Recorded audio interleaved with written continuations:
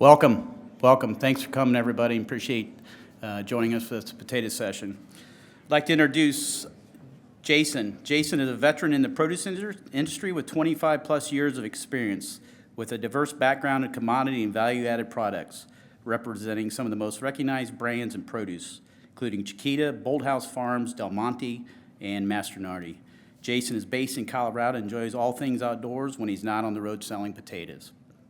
Today's presentation description. Potato category is a big deal. Number 2 in tonnage, number 6 in dollars in total produce. 70% of households purchase potatoes in some form every year. RPE will share insights on how to best manage your potato category and counteract some of the industry headwinds through the category management, marketing, and sustainability to drive sales in your produce department. Welcome, Jason. Thank you. Thank you, Joey. Good afternoon, everyone. It's great to be here with you today.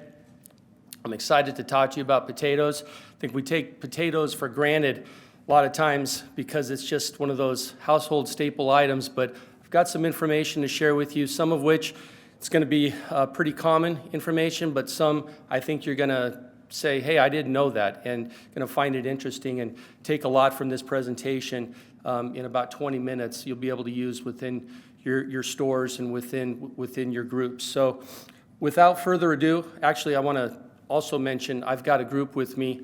I can't see very well in the back, but I've got my team with me. There's 6 of us from RPE. We call in all 9 of the AWG divisions. I hope that they don't heckle me too much, throw some potatoes at me, but we've got a full group here, and we're hopeful that you guys will stop by at our booth. We'll engage in some conversation. If we don't get to answer your questions, if you have questions at the end, please stop at our booth tomorrow or Wednesday. We'd love to talk to you. So when I get into this presentation, I'm going to talk about some of the challenges within the potato industry. There's been a lot of challenges, like there has been within a lot of the categories within produce, within the grocery store, and the whole economy. We see eggs, $9 a dozen. We see gas prices double. Seems like everything is gone up at least double everywhere you look, and potatoes are no exception. I'm going to talk about some of those challenges and what's happened within the industry, but also talk about some of the, I guess, silver lining or some of the tailwinds that might help offset some of those challenges. And then I'm also going to talk to you about some sustainability initiatives that RPE has in place that we're really excited about. And that's kind of the theme of what we're here for in this innovation showcase, is talk about some of these sustainability initiatives and goals that we have in place. So let's get started. Industry headwinds. Cost of growing potatoes has increased, obviously. We all know that. This information was taken from the U.S. Bureau of Labor Statistics. Over the last year, fertilizer costs have gone up 41%. It's going up year after year after year. So this is just continually climbing, 41% this past year. Labor's up 5%. Freight's up 5%, or actually 18%. And then you've got packaging costs, whether it's corrugate, plastic, that's up double digits. Even pallet costs have gone up double digits. What does that mean to potatoes? Well, the supply goes down. You've got growers that are looking to grow other commodities that are less expensive. Potatoes are actually very expensive to grow, or they're just not growing altogether because it's just too expensive. So there's less potatoes in the market. This is a look at nationally what's going on within the russet side of the potato industry. We all know, I think most of us know about the shortage last year. We had an unprecedented event where we ran out of storage crop, and the new crop didn't start until late August. So we had a void there a couple of months where there were no potatoes in the industry. This shows 3.2% the industry is going to be down this year versus the previous year. That doesn't seem like a whole heck of a lot, but when you consider what it's down versus last year, which was unprecedented, that's pretty impactful. 8,100 loads, that translates to about 325 million pounds of potatoes. Idaho is the majority of that russet supply. 50 to 60% of the russets come out of Idaho. They're down 8.6%. Colorado, another large producer of russet potatoes, down 2.4%. The Northeast is down 1.5%, and Wisconsin's down 4.9%. Promotional activity slowing, obviously. When you have less supply, you have less promotion opportunities. Average promotion price up 20%. This is all IRI data from last year. Promo price is up 20%. Depth of discount is down 4%. The number of stores promoting is down 10%. And the retail potato volume is naturally down 2%. Now, this, I don't know if you can see this, but this is an illustration of what I just shared with you. The blue line represents the average promotional price, and the orange line represents the number of stores promoting. That blue line in August of 2021 shows a promo price of $1.20. And then fast forward to October of 2022, it's up to $1.60. The retail, or the number of stores promoting during that same period of time, it's jagged, it's all over the place. But the one thing to note is the summer months, July and August, the number of stores promoting when we had that volume shortfall or that gap, it was less than 4,000 stores promoting potatoes during that period of time. Because obviously with that supply gap, that shortage, and then you look at the average promo price, we haven't seen a gap like that. We haven't seen an event like that in recent history. So pretty impactful what it's done at grocery. That's a lot of negative, and I don't want you to walk away with all of this doom and gloom. I've actually got some good news, some good information to share with you on how we can combat some of those headwinds. So we're going to get into the tailwinds within the potato category. We all know that potatoes are a great value. 93 cents per pound in grocery on average. It's actually up, but still, even though it's up, it's still the second lowest average price per pound item in the produce department, behind bananas, which we all know bananas really haven't fluctuated or changed that much. It's the number one vegetable item in terms of tonnage within the grocery store. 70% of households have purchased potatoes in the last year. You'd be hard-pressed to find anything in produce that has a higher household penetration rate than potatoes. And this is what's really interesting. You look at the basket ring or you look at the basket that has potatoes versus a basket that doesn't have potatoes, and it's 2 times greater. I did not know this. This is information that we've gotten from IRI and several different sources. And if you look at all of the different categories within produce, again, I think you'd be hard-pressed to find something that shows double the amount of sales when you have that product in your basket versus without. I would challenge you or invite you to take a look. I know I'll do the same as I'm in the store, taking a look at the baskets that have potatoes in there and see what it looks like. That's pretty amazing. So what does all this mean? Potatoes are inflation resistant. Again, I think a lot of this information is obvious, but just to reinforce how important this category is and the opportunities that we have. Regardless of whether potatoes go up or down in price, people are going to buy potatoes. That's why you see them in the back of the department. It's a pull-through commodity or category within produce, and you know that people are going to be shopping for potatoes, and you want to bring them through that department. They're also inelastic relative to pricing, meaning whether the price goes up or down, people are still going to be buying potatoes. So all of this is great news for the category, and if we can find ways to positively impact the category, it's going to have a great impact on our total produce department.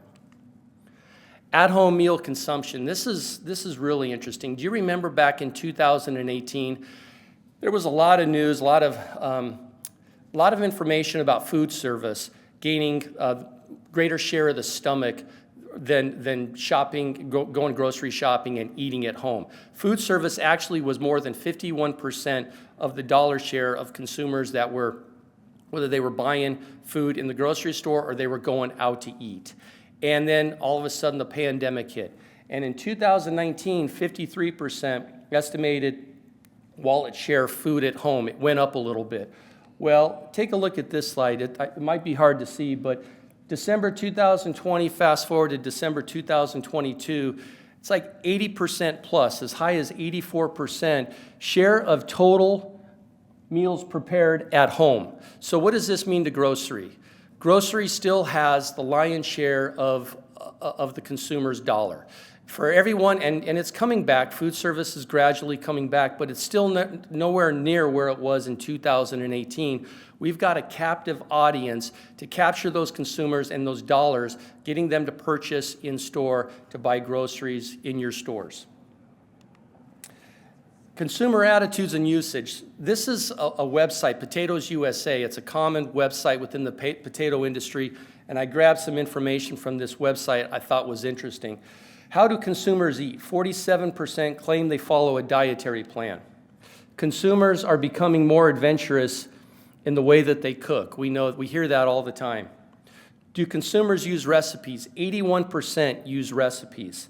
Why don't consumers eat more potatoes? These are perceptions. Fattening, high in carbs, high in calories. Potatoes are a vegetable. We hear about glycemic index, we hear about carbs, but they're actually one of the healthiest vegetables. I think all vegetables are healthy, but they're very, very high in vitamin C, antioxidants. So I think that there's some myths here, and that there's an opportunity to communicate to consumers, whether it's at the point of sale, whether it's digital ads, whether it's on the weekly circular ads, about the health benefits of potatoes. And the last thing is, what would encourage consumers to eat more potatoes? Convenience, easy to cook. I can't see that, so I'm going to use this. Smaller bags to minimize the waste. Nutritional information and recipes. There's an article that came out last week, I think it was last Thursday, in Produce Business, The Scoop on Selling More Value-Added Potatoes. It's an outstanding article that speaks to all of those points mentioned on the right side. There's so many things we can do as retailers communicating the value of potatoes to reinforce that value. Whether it's value-added potatoes, whether it's the health benefits of potatoes, whether it's different recipe ideas, you can do those things on your circular ad, whether it's digital, whether it's just on your weekly ad, or again, at the point of sale.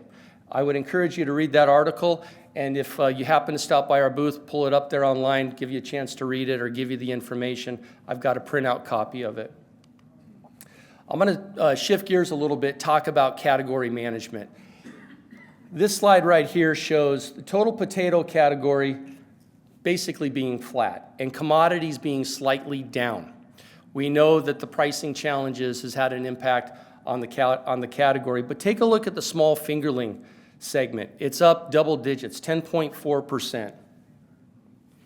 Now, there's a lot of reasons why it's up the way that it is, but one of the reasons is inflation is driving higher commodity prices, up 19% over the last year, and it's up 7% on the small fingerling segment. This illustrates what I just said. That purple line represents the commodities, and at the peak, 32% is when we had the supply shortage, the gap, last summer. The green line represents the small fingerling segment. It's relatively flat, between 5 and 7% annualized. So when you don't have a lot of fluctuation in pricing, you can continue to grow the category, and we've offset some of that negative impact on the commodity side with growth within the small fingerling segment. Now, this slide right here kind of encapsulates everything that I just explained. When you think about the potato category, you have your commodity. You got the pillars of the russets, the reds, the golds, but then you have the convenience, you have the value added, you have the specialty potatoes.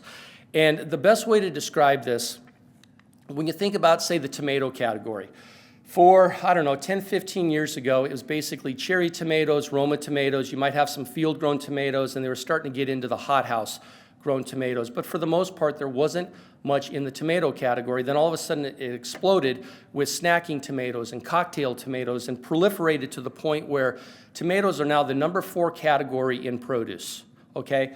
You've got the same thing happening with potatoes, where you've got your core commodities, but you have all these value-added specialty items that are adding innovation, they're adding incrementality to the category. More diversity, more sales, more margin, higher rings at the register, all of these things come into play. So if you want to be successful in the potato category, it's critical that you have the right assortment, the right mix. Otherwise, you're going to be missing out on sales. Your competition is going to be carrying those items, and you're going to miss that incrementality effect. And then last but not least, everything that I just told you about the pricing and the volatility, all those things you can, I don't want to say forget about, but keep in mind when it comes to produce, there's still one thing that stands tried and true. Every year when this information is gathered, freshness and quality is what matters most. When they polled shoppers, 78%, 76% of shoppers said freshness and quality matters most over everything. Price comes second. Now, 58%, still pretty high, but you're not even in the game if you don't have the right quality on the shelf, the right freshness and quality on the shelf. So despite what everything that's going on within the category, within produce, you still have to be right on quality, which I think everyone knows. Now I'm going to switch gears a little bit and talk about sustainability and how it positively impacts our industry. There's so many things that we cannot control in produce, but if we can become more efficient, take care of the land and the resources around us, we can help offset some of those costs and continue to farm and maintain our land for future generations. Green-E is a global leader in clean energy and carbon offset certification, and RPE is the first and only Green-E certified fresh produce company to receive this award. We're joining a prestigious list of companies that include Apple, Procter & Gamble, Patagonia, just to name a few. We sell more than 1 billion pounds of potatoes annually, and every one of our potatoes is grown, packed, stored, and sold, produced using renewable electricity. Our 5 pillars of strength include habitat restoration, water conservation, regenerative agriculture, packaging solutions, and sustainable transport. I have a few examples of these pillars that I'd like to share with you, starting with our water clarifier at our Tasteful Selections facility in Arvin, California.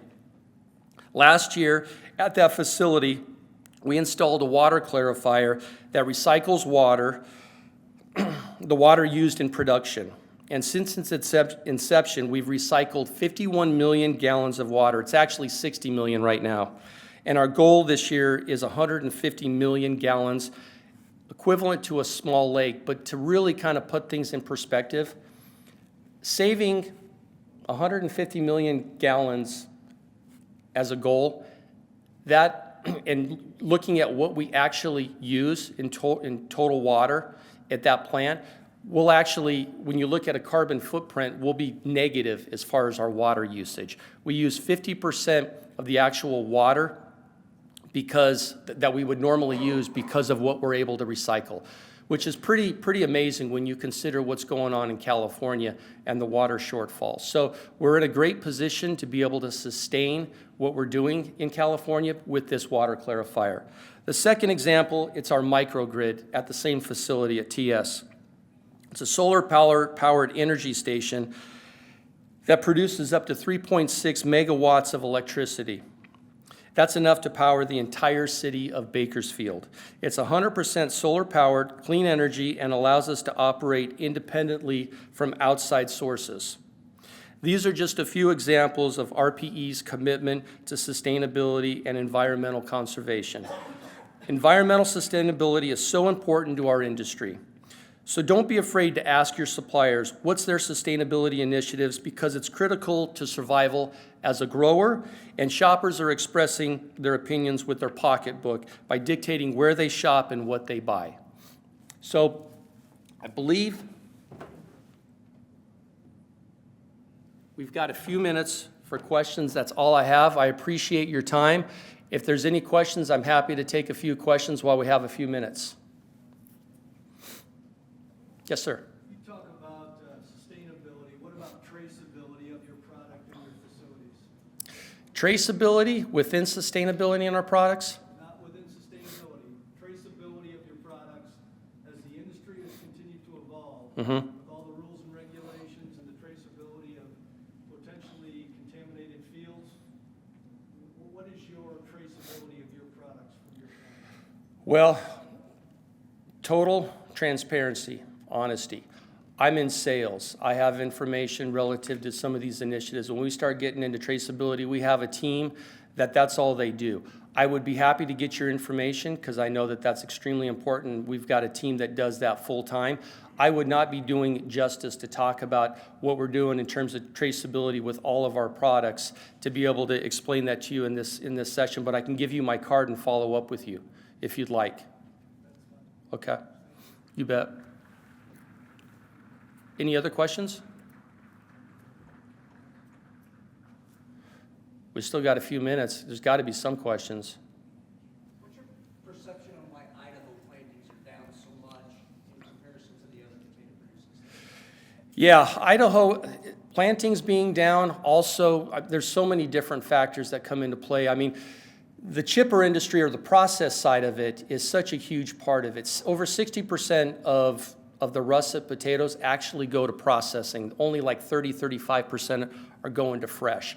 As far as, why is it down? There's a number of factors. There's less seed that's available. And again, as I was saying in the presentation, you've got growers that are actually either growing other commodities that are less expensive to grow, or they're sitting out where they can't afford to grow the potatoes. So one season they were in, the next season they're out, or there's less acreage. There's a lot of different factors that go into it. I've got a team here, guys, that all they do is focus on what's happening on the russet side. And if you have an opportunity to come by our booth, we'd love to talk to you about it more because there's a lot of different factors that come into play. Yes, sir. You talked about the gap last year. Are you projecting a similar gap this year? Our crystal ball, and his other name is Cameron, can speak to that. We are trying the best that we can to try to conserve the supply so that we don't run out.